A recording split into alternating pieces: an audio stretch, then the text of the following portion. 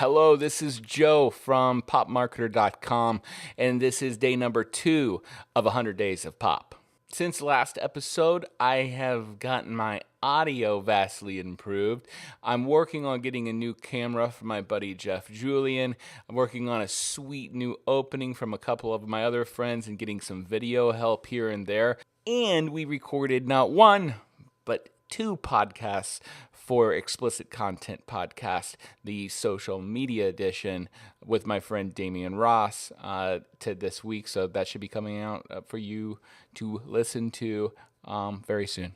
And I'm feeling good. So let's jump into it. It's going to be a pretty quick little episode, but I wanted to talk about how to glean insights and how you should be seeing popular culture whenever you as a marketer want to drive insights or understand why pop culture is so important for the content that you're putting out today. So how should you as a marketer be looking at pop culture in order to curate insights from it? I think the number one lesson, hands down, is stop the judging. In order to understand pop culture, you have to kind of take yourself completely out of it. Really, the only thing you should be paying attention to is what other people are paying attention to. The whole point is saying, okay, where is popular culture's attention right now? And then ask why.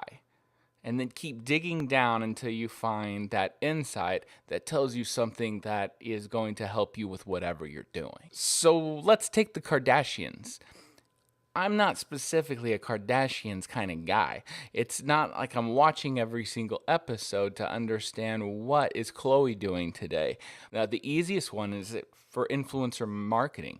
You know, they were some of the very first that were jumping out there and showing us this new era of content creators coming out and becoming part of culture by just having this point of view. And if we would have been following that, you could have been jumping ahead of stuff by a lot.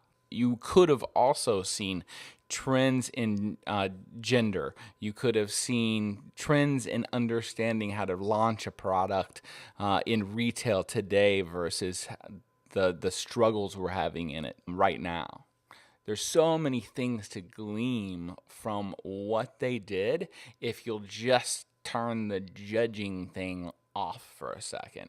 The same goes with something like Fortnite and video games. If you're sitting around watching it and saying, why is my kid spending so much time? This can't seem healthy. You're looking at it wrong as a marketer. You got to turn off that switch, whether you're a gamer or not, and say, okay, why is this extreme amount of attention going there?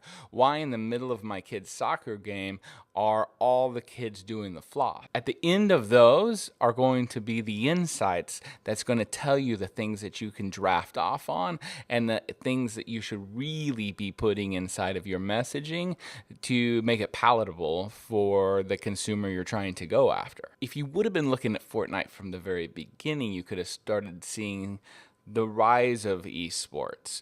You could have seen picking characters not based on gender.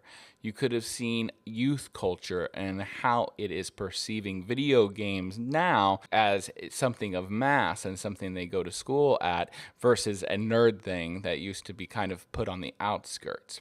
So again, this lesson is just all about take off the judge hat. We don't care what you really think about it personally on a one-to-one level.